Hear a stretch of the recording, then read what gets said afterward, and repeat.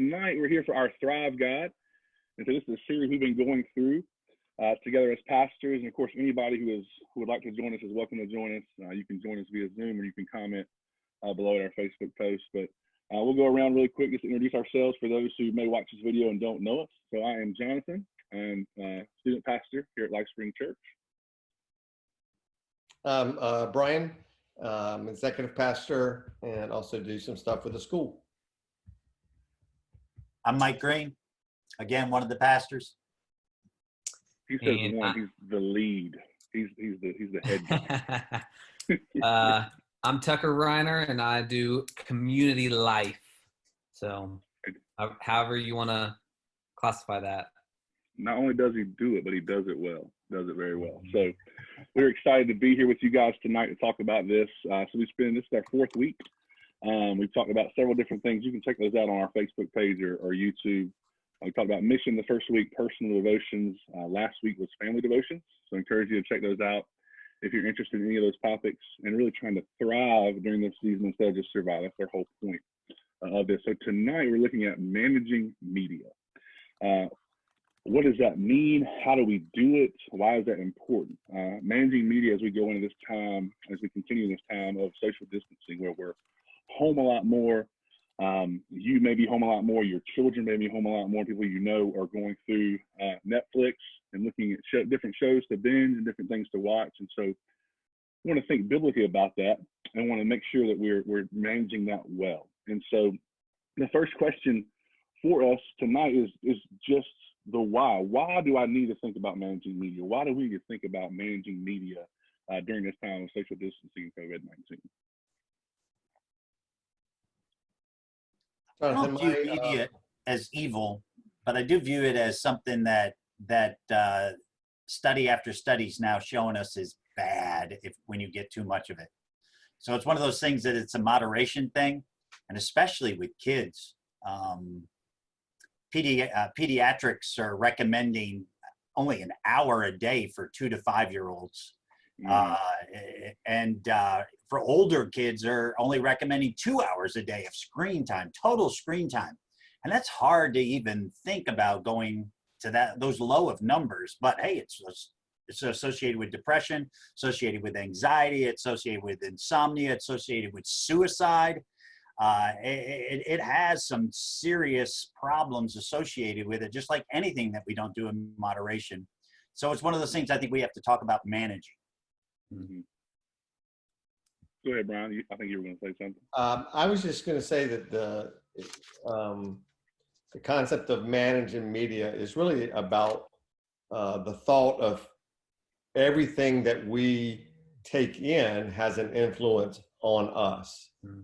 And so, yes, tonight's about media, but we could talk about a lot of other influences that we allow. Absolutely. People, media, food, whatever we wanted to go to. Sure. And all those things create in us things that in moderation work well and are for us. And yet most often when anything gets out of kilter, it's not healthy. And so our moderation tonight, or our conversation tonight, is to try to find the healthy places that we would allow media to have influence, but not over-influenced. Sure. Great point. I know too, like one of the things that I think makes this such something that needs to be part of each person, each family's conversation right now is just the fact that given current circumstances, everybody's being driven online.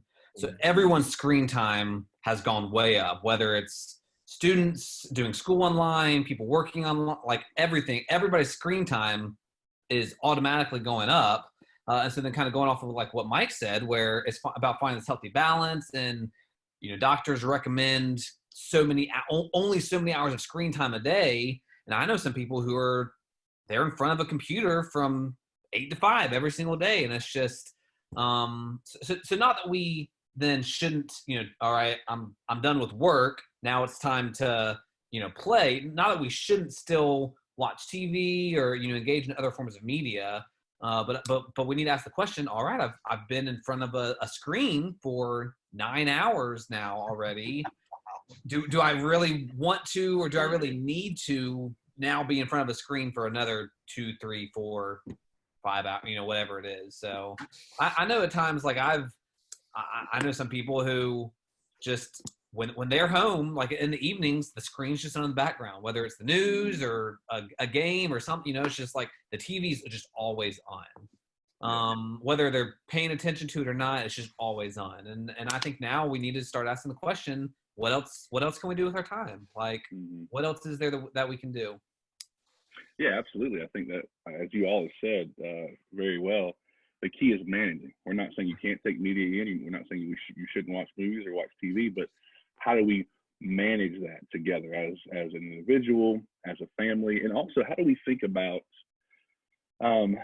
giving some grace during this time, right, to ourselves or to our kids, because it's just a new normal for us, right?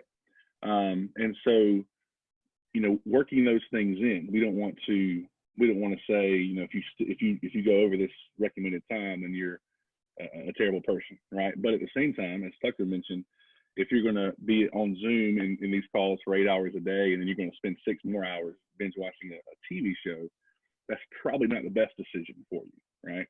We're not saying that that's necessarily sinful. I think it's a conversation we can have, but we're not going to go there. We're just saying it's probably not the best decision for you to make. And so that's the first thing is why that's important. We need to make sure we're being intentional in that. And so then the next question, that leads us into our second question: how does having a Christian worldview affect how we manage our media? So as someone who calls myself a believer, a follower of Jesus, how does that affect how I manage the media that I'm taking in, the things I'm looking at? Yeah. So one of the things we believe in as Christians is that the things of the world that aren't inherently evil, and we said this is not inherently evil, we believe is those things can be redeemed and used for the kingdom. Yeah. We think the same thing about having our meals together or reading books. There are things we can do, but we can do them for God and for the kingdom. And maybe the question also is, how do we use this for edification? How do we use it for growth? How do we use it for building community? Use it for positive ends? Redeem it. Absolutely. Great point.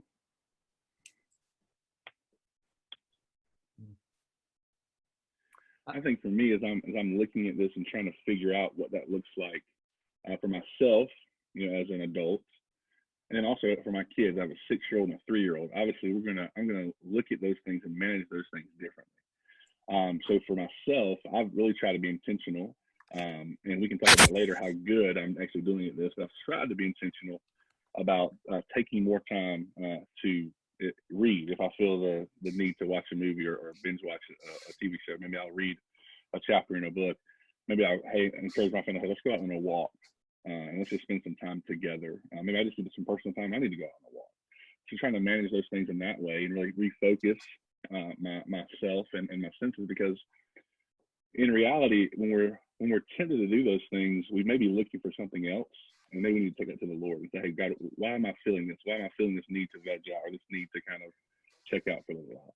Again, not saying that's always bad, but are there better ways we could do that? And then same thing for my children. It's real easy to give them the phone, and that can become a babysitter, right? That's a dangerous game to play. And so trying to find age-appropriate material for them. Something that we've enjoyed is The Chosen. It's a new series based on the life of Jesus.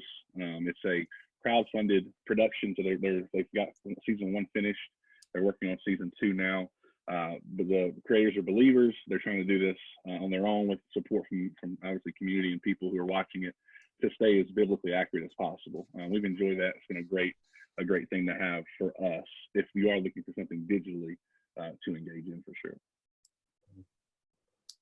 Jonathan, I'm probably a little bit different in this area, in the sense that I can only take it for such a certain amount of time. Sure. So like a job that would require, as Tucker was saying earlier, be on the screen for 8 hours as your job is not a job that I could probably accomplish. My insides would go crazy. So So I would say that for some people that might listen, it's making sure that you choose the right things when you are taking that opportunity. Sure. Like the word binge is probably not been in my vocabulary when it comes to sitting down and watching one thing, except for Star Wars. Now, so I'll confess here, because that's part of Psalm 32. I'll confess that if I could watch all 6 in a row, now 9 in a row, I wouldn't do it, but I would want to do it. Mm-hmm. Sure.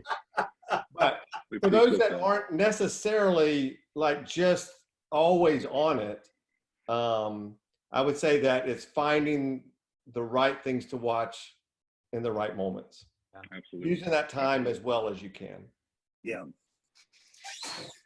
I think kind of going off of that, like using your time wisely from a Christian worldview, we have to ask ourselves the question, is what we're watching, is the time that we're using for media, for TV, for whatever, is it edifying? Is it uplifting? And I'm not saying you can't watch Tiger King. I'm not saying you can't like whatever it is, whatever your like thing is. Like I'm not necessarily saying you can't watch that. Use your conscience, use your discernment to decide whether or not you should or should not watch something. But that still leaves the question, like, is this the best use of my time right now? Is this going to be what is most edifying to me? Is this what's going to help me grow closer to Christ in this season? Because for a lot of us right now, maybe we just need to ask a question. All right, life is different, time is different.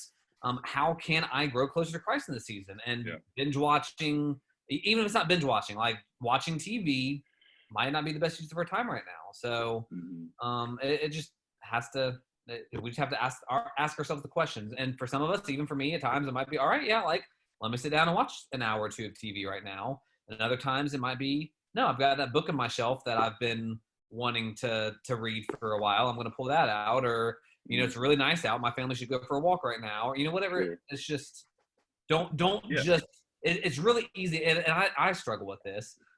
It's really easy to kind of like fall back on TV. Like if I don't know what to do, I'm just going to turn the TV on. And so I think it's really easy for people to fall into that now, especially since everybody's home, and just ask yourself, what else can I do with my time right now? What's going to be uplifting? What's going to be encouraging to me right now? I think that's a great point. And you hit on a really cool point I want to expand on as well about personal choice and just, the flexibility we have in that, the flexibility that Scripture gives us in that in some cases. I did want to mention, we talked a lot today about movies, TVs. You could throw in video games as well in this conversation. Mike's probably the biggest gamer of all of us here. So you could throw that in as video games, especially if you're, students who may be tempted to just play for hours in a certain video game, especially during this time. But again, as Tucker said, he said it well, is it the thing that's most glorifying to God?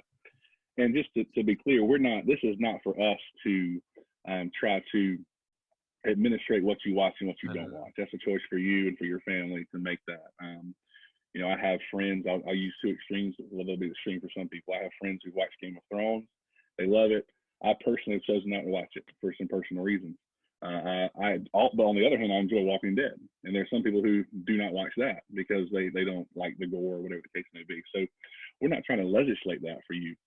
But to think through as you seek that, as you're looking at your conscience, what is going to bring God most glory and honor, and how can you really redeem that time as best as possible. So any closing thoughts from you guys tonight before we wrap it up?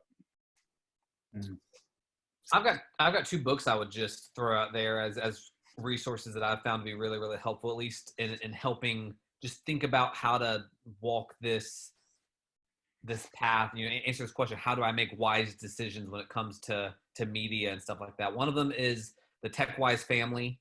Great resource. It's really, really, and it's a short book too. It's really easy to read, but just about like how technology changes us and how we can just develop wisdom and discernment in handling media. So that's one really good one, the Tech Wise Family. And then the second one would be 12 Ways Your Phone is Changing You. Came out a number of years ago, but just, kind of in light of the smartphone revolution, we're never offline anymore. Our phone's always within reach. And so in light of that, how do we understand how our smartphones have changed us for the good and for the bad? And then how can we kind of adjust accordingly? Absolutely. I think there's a resource called Drive Through History. If you're looking for something visually to watch, if your children are just chomping at the bit to watch something, it kind of takes us through several scenes of Jesus' life. It can be a blessing and benefit to your family. But we'll have all those resources, as we do every week, listed once we post this video. So if you guys have nothing else for tonight, then we'll say thank y'all. Thank you for being here. Thank you for watching. Join us on Facebook. If you watch this later on YouTube, we pray it's been a blessing for you, an encouragement for you, hopefully a help for your family as you're trying to think through how can you manage media during this time. So we'll close it off for tonight. Next week, we're coming back Tuesday, 7 o'clock. We're tackling a big issue that's super comfortable and everybody loves talking about, and that is pornography and the issue of pornography, especially as it relates to us being at home more and the rise of that. So we'll talk through that some next week. So come for that discussion. I know we're all looking forward to it, but it is something important we need to relate to and really deal with during this time. So thank you guys for joining us. Y'all have a great night, and we will see you soon.